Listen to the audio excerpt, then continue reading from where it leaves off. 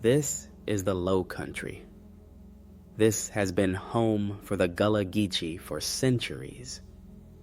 But that quiet peace, it is getting harder to hold on to. Sit with Arthur Champion on his half-acre lot in Hilton Head. He is 81 years old. He sits on his porch, surrounded by palmettos and pines. He listens to the cars on Highway 278, roaring just beyond his fence. Other than that noise, he says, you can still hear the peace. And that peace is what his family has been fighting for over a century. A decade ago, his family nearly lost the grassy marshland right next door. That land was bought in 1892 by his great-great-grandparents, Richard White and his wife, Amelia. Richard was a Civil War veteran. They paid $600. That was a fortune. It was their freedom and their legacy. And now, that legacy sits on a legal knife's edge. Arthur looks out at that marshland and he says something simple but powerful. He says, it is part of our heritage. He does not want to sell. He should not have to. But right now, the law is not on his side. The system is designed to take land like his away. And this is not just Arthur's story. This is the story of an entire people. To understand why this land matters so much, we first need to understand who the Gullah Geechee people are. They are not just African Americans. They are a specific people with a specific story.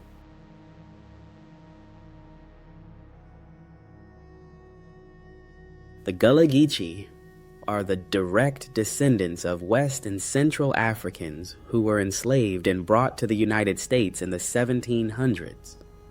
Their ancestors came from regions that are now Senegal, Guinea, Sierra Leone, and Angola. The name Gullah likely comes from Angola itself, and Geechee may come from the Kisi people of Sierra Leone and Guinea. They descended from specific ethnic groups like the Mende, Temne, Kisi, Vai, and Gola peoples.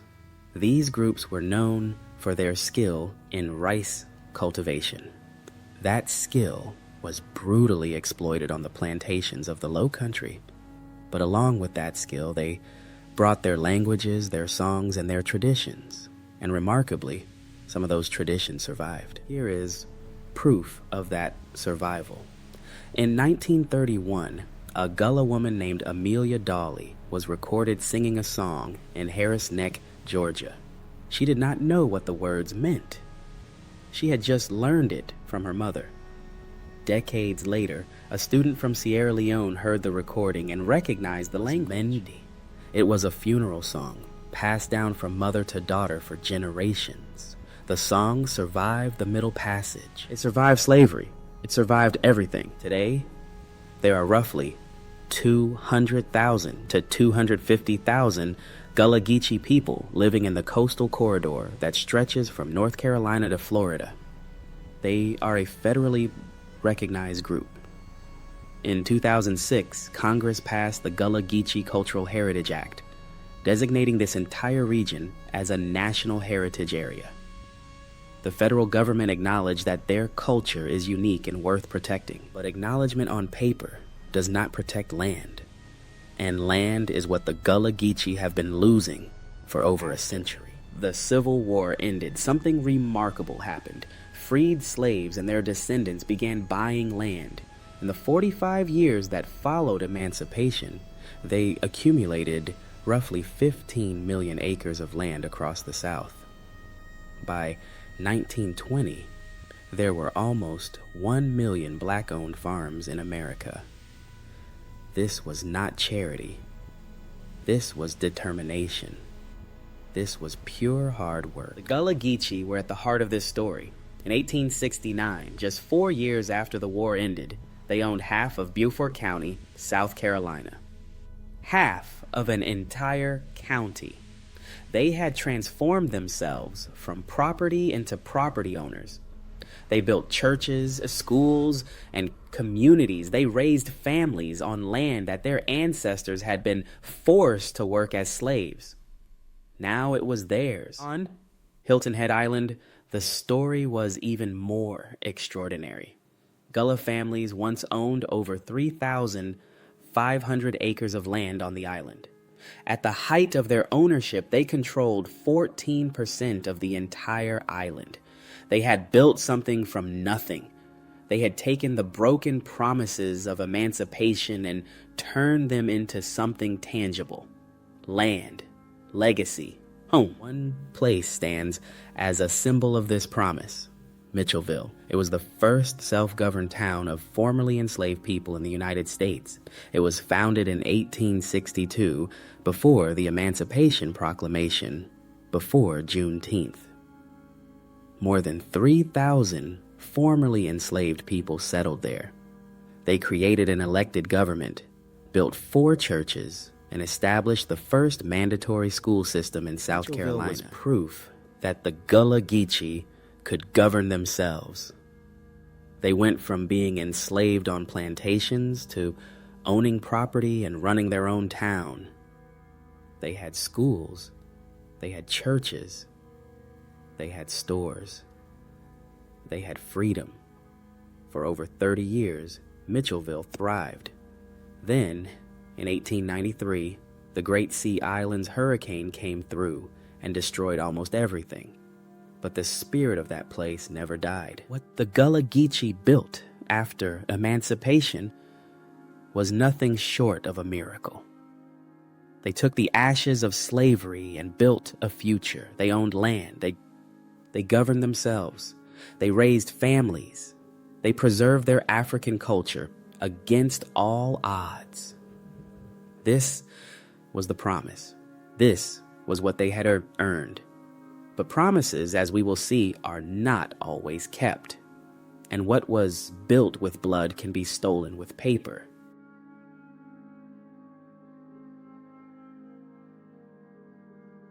So, how did the Gullah Geechee lose so much land? The answer is not just racism or greed, though both played a part. The answer is a legal trap called Heirs property, and it is one of the most effective ways to steal land without ever breaking the law. Heirs property is land that is passed down through generations without a will or a clear legal title. When an ancestor dies without a will, the land is collectively inherited by all family members. Each descendant receives a fractional interest in the land, like a share in a company. But here is where the trap snaps shut. The land has no clear title. Families cannot get mortgages, do home repairs, apply for state or federal aid, get conservation funding, or take out USDA loans. The land becomes frozen. It cannot be improved. It cannot be leveraged. It can only be lost. And the system is designed to make sure that loss happens. Here is how the trap works in practice. As generations pass, more and more heirs acquire an interest in the property. Some live on the land. Others move away. Some have never even seen the property.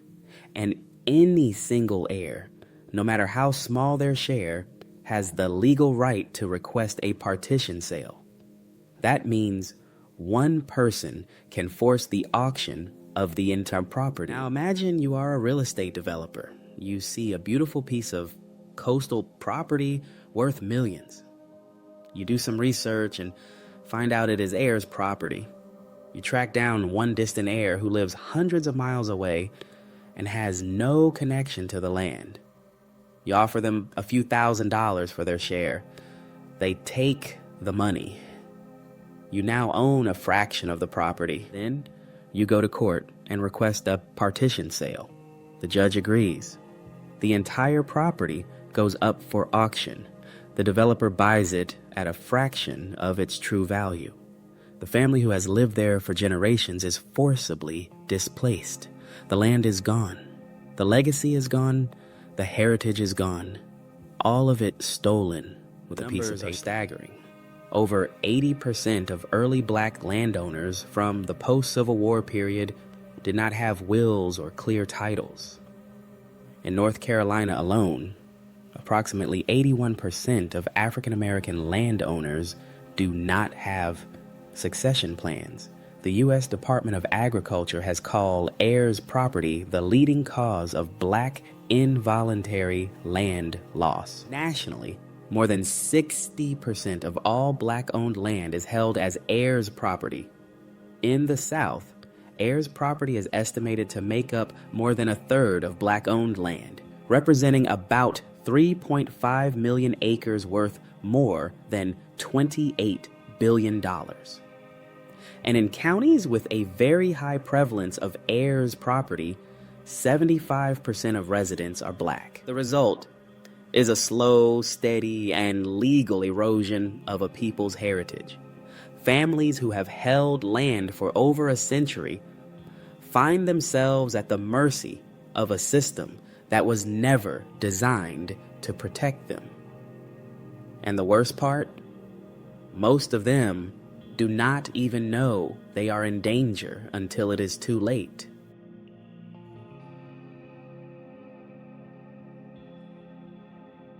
Let us talk about the numbers, because numbers do not lie, and these numbers are devastating. Since the Civil War ended, the Gullah Geechee have lost 14 million acres of family property. Let that sink in. 14 million acres is not a small number. That is not a rounding error. That is the systematic erosion of a people's heritage. The United States Department of Agriculture confirms this loss. And it is not just about the past. This is happening right now, every single day.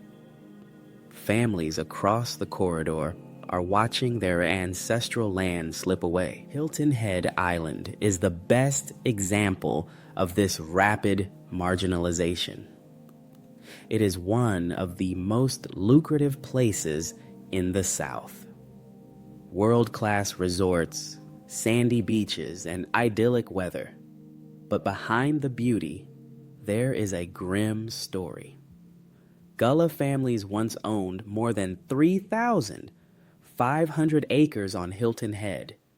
They now own less than 700. That is a loss of over 80% of their land. The decline is even steeper than it appears. According to grave sellers' count, Gullah land ownership decreased from 1,400 hectares before 1956 to just 390 hectares in 2023.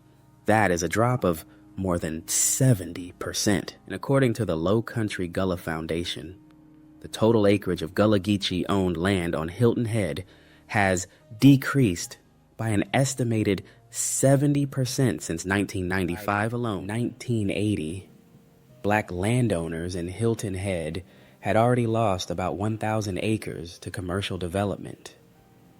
The pattern is clear. Each decade brings more loss.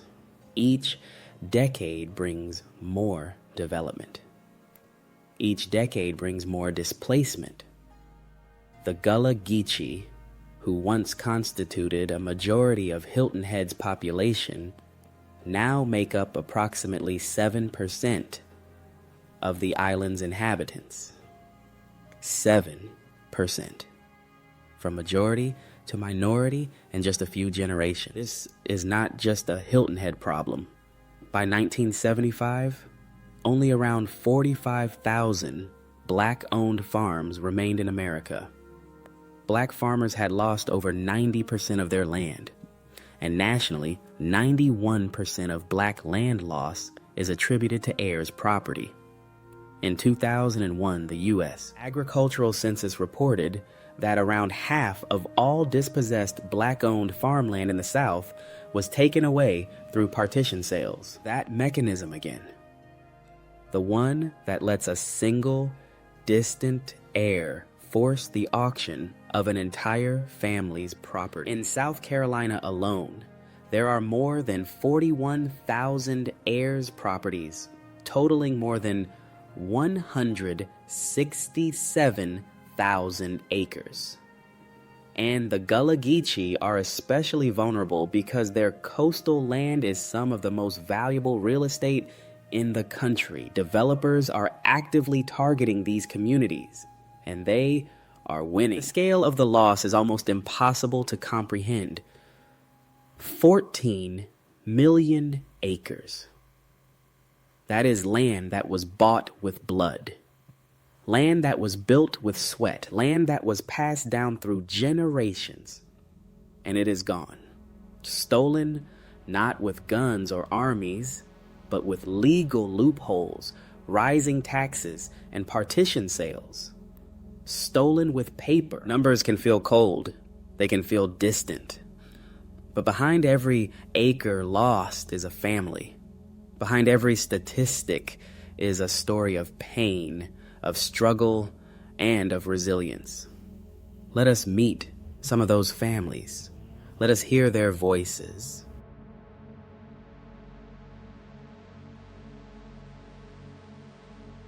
Meet Mary Mack.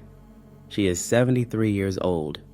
She is a Gullah Geechee woman from St. Helena Island in South Carolina.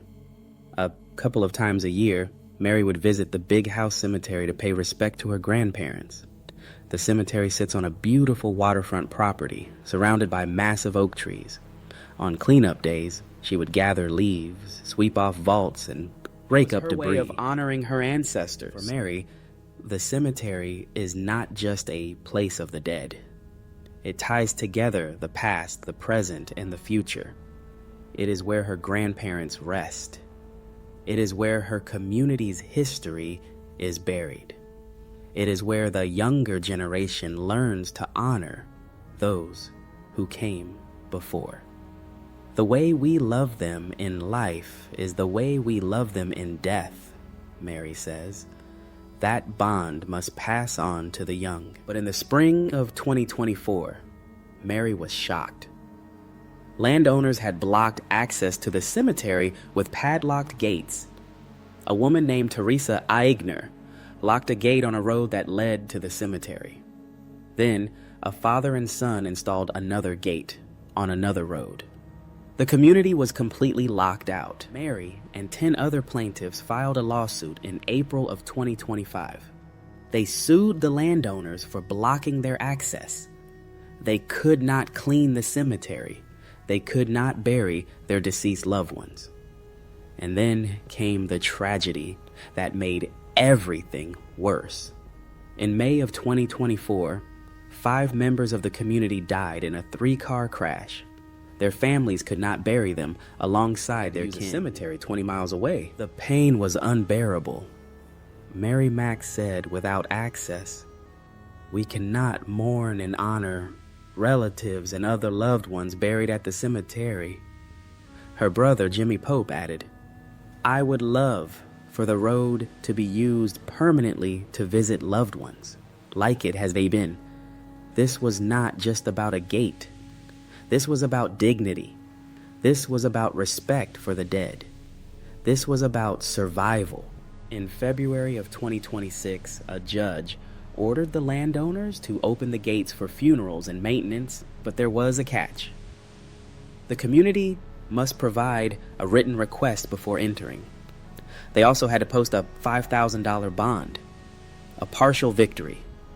But the fight is not over. The case continues toward trial. These stories are not isolated incidents. They are happening everywhere across the Gullah Geechee corridor. On St. Helena Island, families are divided over a proposed golf course. On Sapelo Island, families are fighting crushing property taxes. Everywhere you look, the pattern is the same. Land is being taken. Families are being displaced. A Kotsiwupchur is being erased. But Mary Mack is not giving up. And across the corridor, she is not alone. Families are holding on. They are resisting. They are surviving.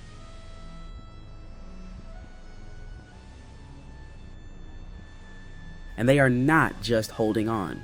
They are fighting back, and they are winning. Let us start with Sapelo Island, Georgia. That is home to Hog Hummock, the last intact Gullah Geechee community in Georgia's Sea Islands.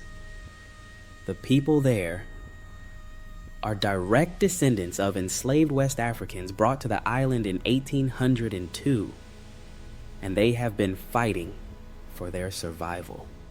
In 2023, McIntosh County commissioners voted 3-2 to change the zoning ordinance. They more than doubled the maximum allowable house size from 1,400 to 3,000 square feet. The community knew what that meant. Bigger homes mean higher property taxes. Higher taxes mean displacement, gentrification, the slow death of their community. The county commission chair had a message for the Gullah Geechee residents. He told the Associated Press, "I do not need anybody to lecture me on the culture of Sapelo Island.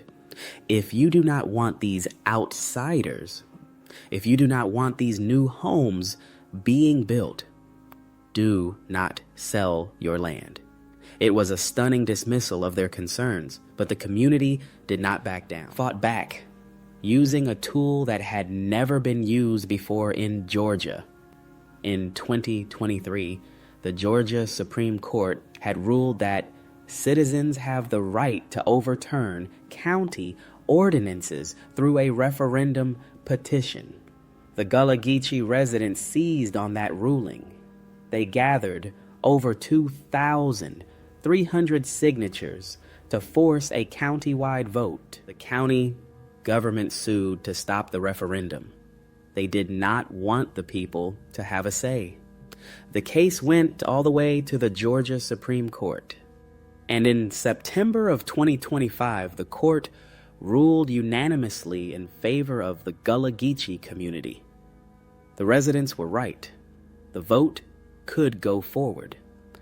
Resident Jazz Watts celebrated the decision. He said, "Even though there are plenty of times when the legal system gets it wrong, this is a time when the legal system got it right." On January 20th, 2026, the voters of McIntosh County went to the polls. More than 1,500 voters showed up, and 85% of them voted yes to repeal the zoning ordinance. It was a landslide. It was a victory. It was proof that the community could fight back. The election ended a nearly 3-year legal battle that cost McIntosh County more than $500,000 in legal fees. Rauniki Williams, a lifelong resident and descendant, spoke after the vote. She said, "Residents across McIntosh County are standing with us to protect our community and others from displacement." It was a powerful moment, but the fight did not end there. On May 12th, 2026, the county commissioners voted to extend a 90-day moratorium on building permits on Sapelo Island. They bought themselves more time to create a new ordinance. The uncertainty forces the community to constantly be in survival mode, Watts said. Watts speaks of his ancestors. He says, "When we talk about emancipation, we talk about it as if the people did not take part in their emancipation, but the people did. My ancestors did." You do not hear the stories about the ancestors that resisted, that fought vehemently against slavery. Our faith, our belief is what keeps us going.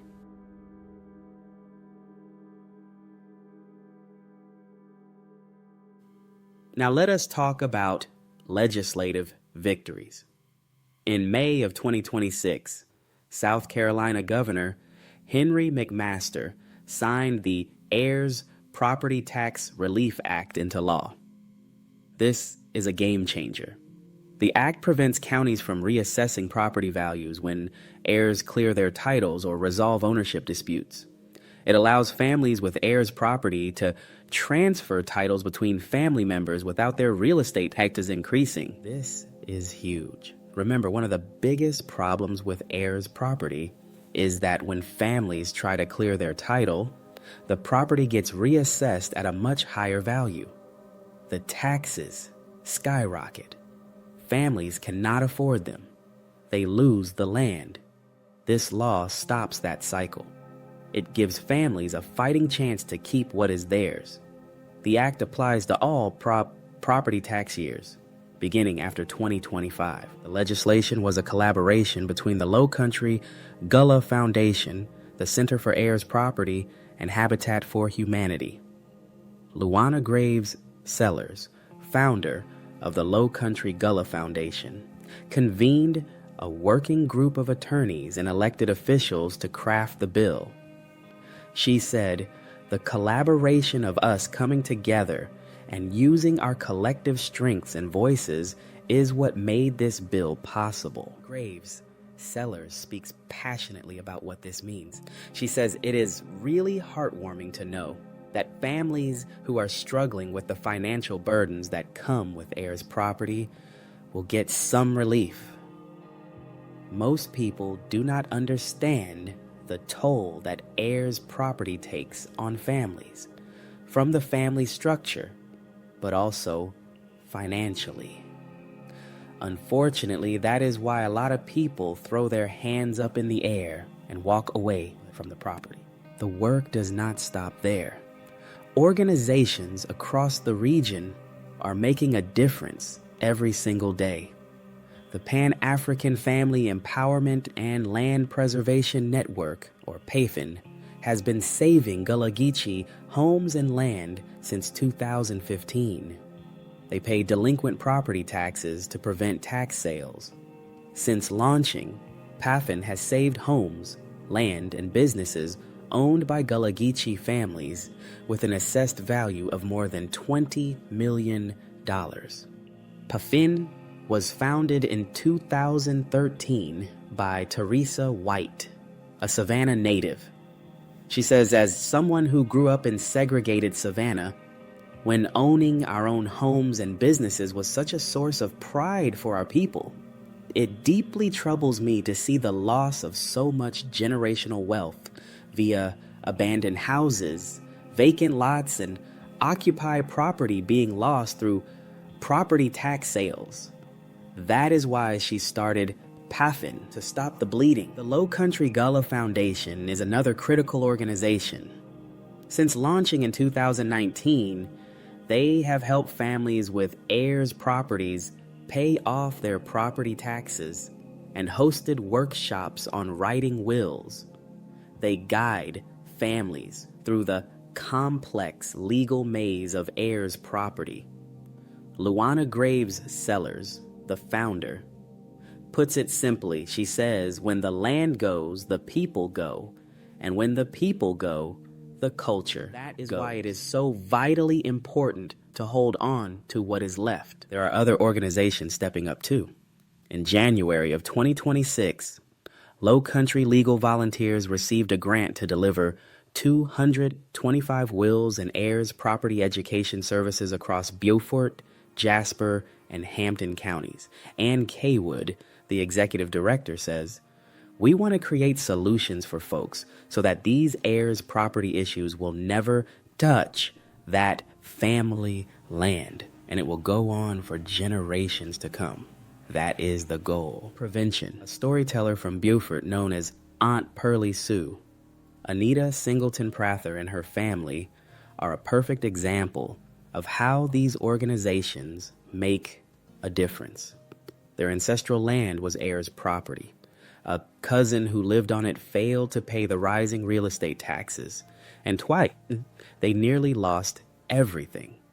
But PAFN and a family friend pitched in thousands of dollars to help them keep the land. Singleton Prather and her family divide up the property tax payments. She speaks about what it means to be Gullah. "It is a culture of survival," she says. "People went through horrible things, and we could have been completely wiped out. But not only did we survive, we continue to thrive. That is the spirit of the Gullah Geechee. The victories are real. The Sapelo Island referendum was a win, The Heirs Property Tax Relief Act was a win, and the work of Payfeen and the Lowcountry Gullah Foundation is saving families every single day. This is what resistance looks like. Fighting, organizing, legislating, and winning, all while holding on to their culture, their language, their traditions, and their connection to the land.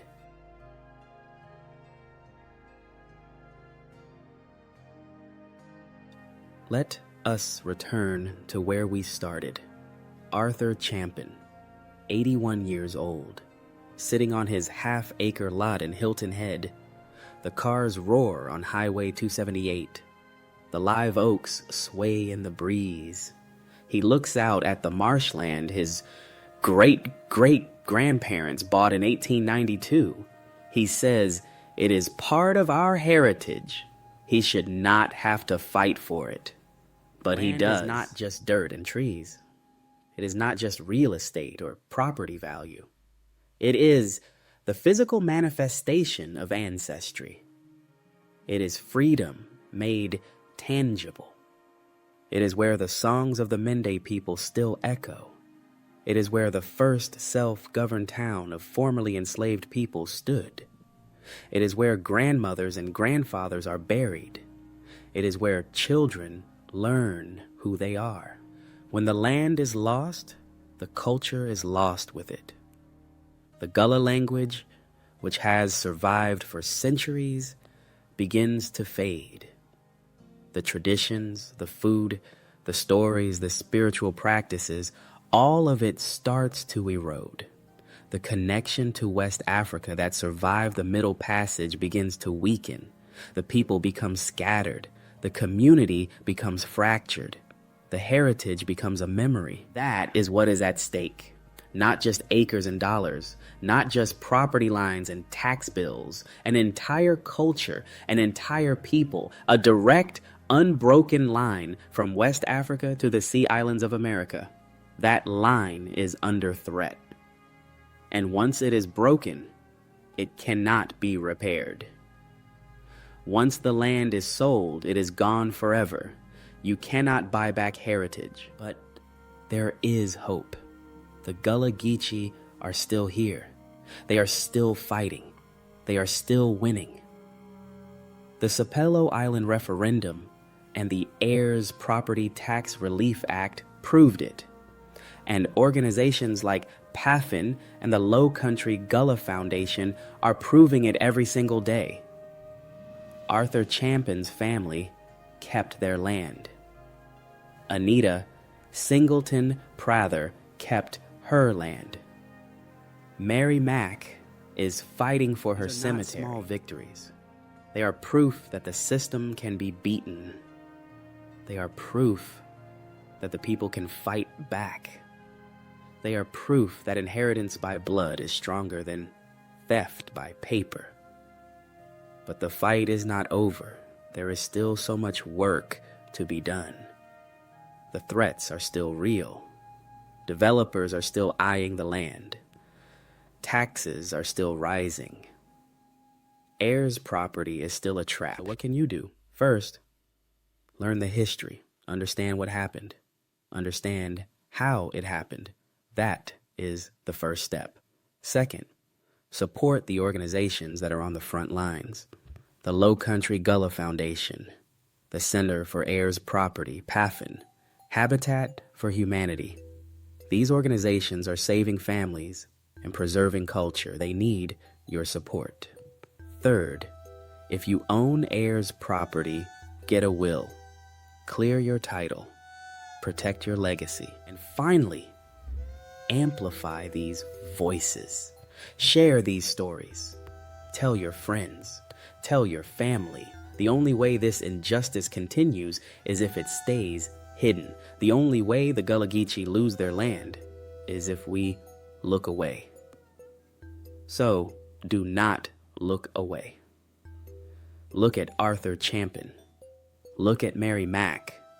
Look at Jazz Watts. Look at Anita Singleton Prather. They are fighting for their heritage.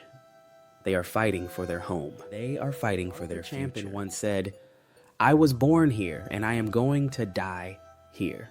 That should be a simple statement. That should be every person's right. But for the Gullah Geechee, it is a fight. It is a struggle. It is a battle against a system that was designed to take their land. But they are not giving up. They are holding on. They are surviving. They are thriving. They have survived the Middle Passage. They have survived slavery.